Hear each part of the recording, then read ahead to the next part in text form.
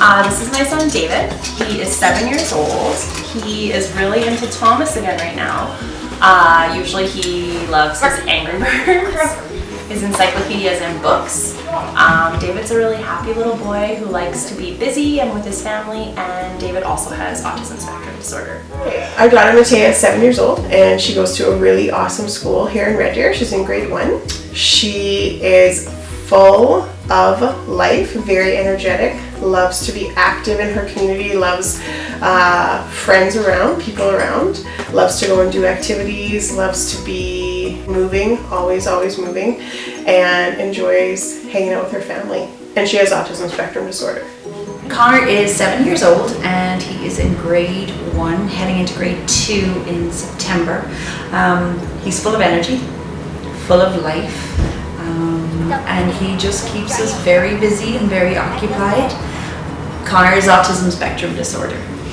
Albie is a 5-year-old boy who is high energy, keeps us happy. He has a great sense of humor. Oh, he's fun and he's playful and he's busy and he's so active. And yeah, he has autism spectrum disorder.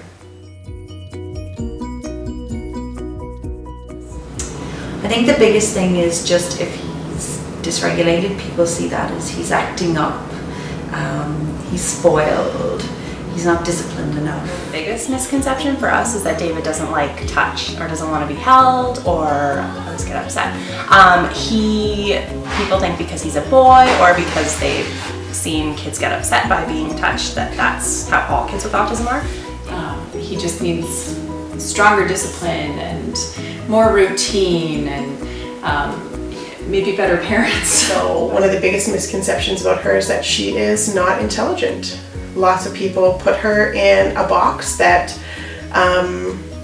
she really just doesn't, she's just really not that kid. She's very smart. Whereas a lot of the time it is because he's dysregulated. Things are too much for him, he's overwhelmed, or he doesn't understand a social situation. And that's why he shows it by acting out, like physically, be it yelling or screaming or just not listening.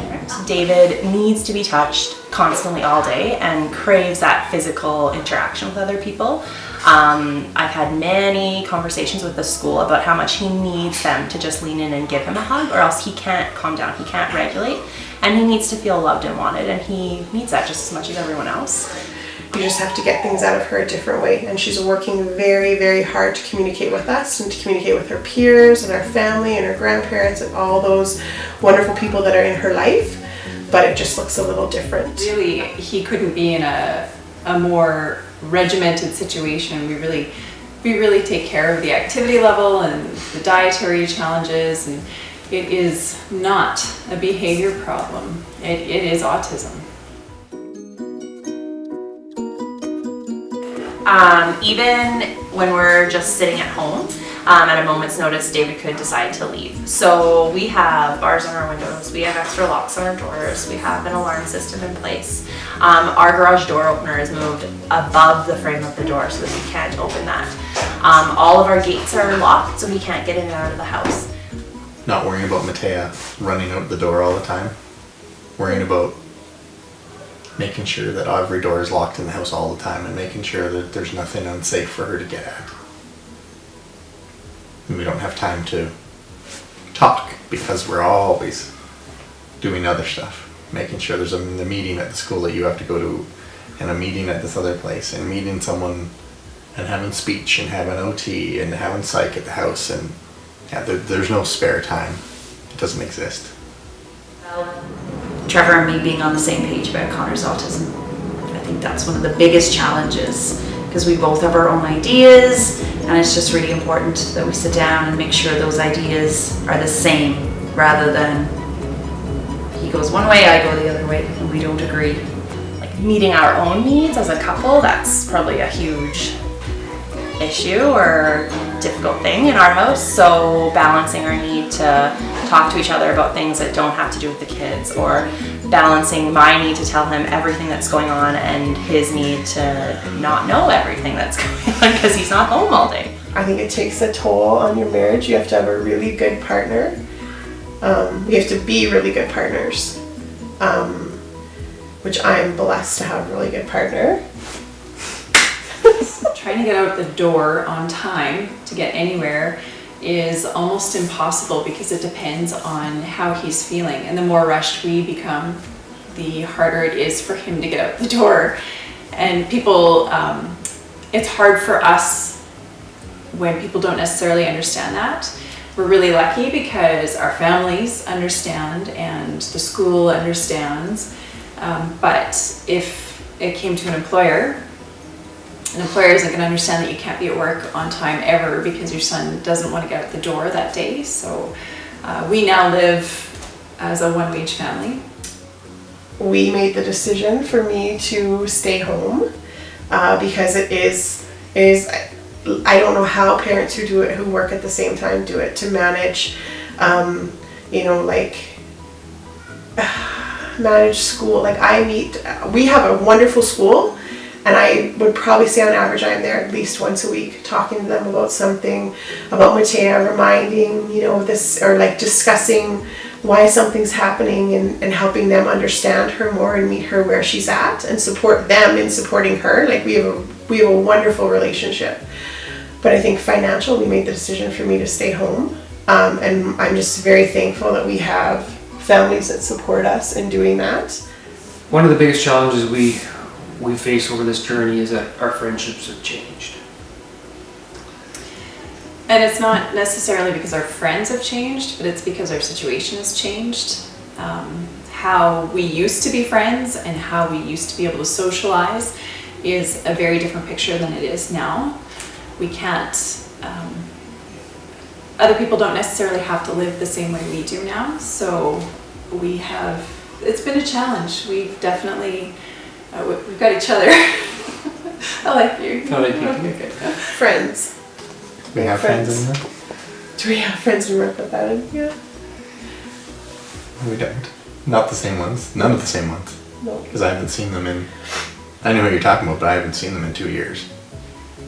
And I think even our couple friends, it's changing, right? Because it's hard if you don't have a child with special needs. It's hard.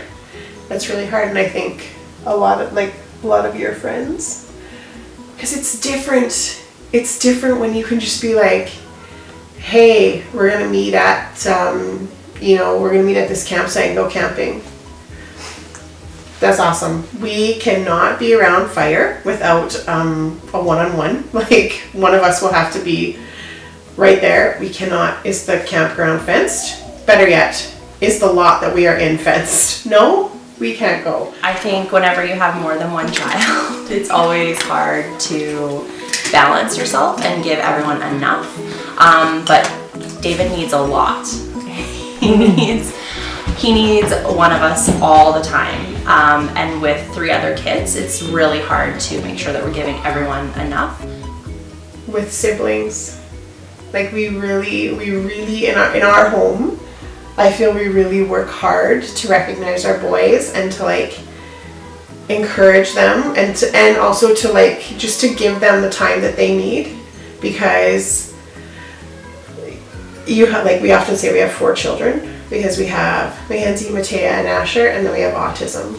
And autism takes up like just a really long time, like just takes up a lot of work, and it's really hard when it's really hard to explain to a 3-year-old that like, I know that you are not allowed to do this, but your sister's brain is different and so she is.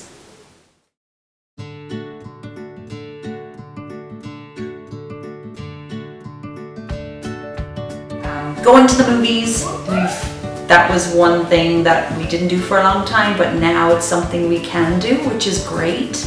I think just even going to school, just getting out of the truck, going to school and being at that door without me having to carry him or move him is a big win.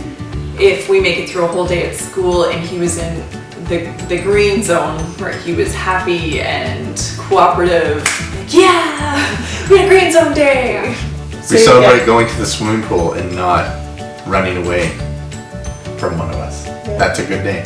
Not getting yelled at in the hot tub is a win. Going out for dinner, just watching our kids interact together, all those little things, watching the way that they have their own special relationships, and they look a little bit different. And yes, my 3-year-old is leading my 7-year-old at the park, but they're holding hands and staying together, and that's a huge celebration. Like amazing mums and dads and teachers and speech language pathologists and superintendent of student services, amazing people that really I would not have had that much contact with, and they're awesome. They have been totally life-changing. I have made friendships with people that would never be as significant as what they are because they're walking the same path as me. And friendships that will last forever because these people are gonna understand why we still need a babysitter when our kids are 16. It's always been so very hard for me to ask for help.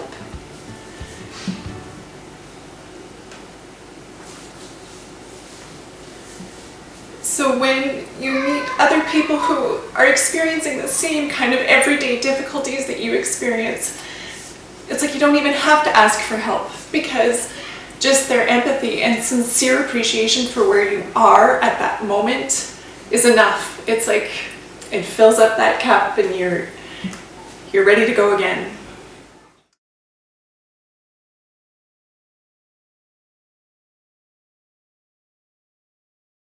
I've learned a whole new level of love for my children, for myself, for my husband, through what we've been through. And I didn't know that you could love this hard, and I didn't know that you could want so much for other people. I know way more than I thought I did. I learned there was a time when I thought I wasn't. That I wasn't the best mom for her. There was literally a time where I was like, oh man, like what are we gonna do? This is gonna be the worst. I am not equipped for this. And I learned yeah, I am. I am the best mom for her. Not every day, every minute of every day, but I am the best mom for her.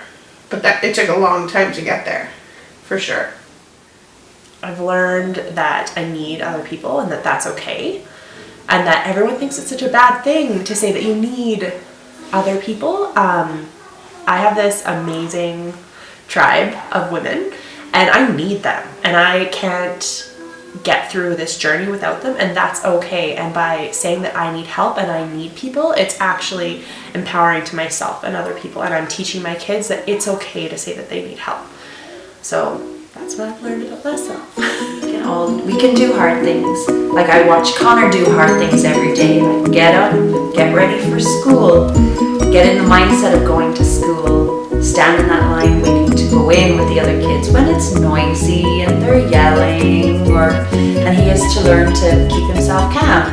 I say that to David all the time. I've learned that we can do hard things, we do them every day. And we've done some really hard things that to some people are so simple, but to us have been so hard, like potty training. Potty training was really, really hard, but we did it. We learned how to do it. We worked so hard to engage her in play and socialize, even though there's all these things and all these challenges, we can do hard things. We can.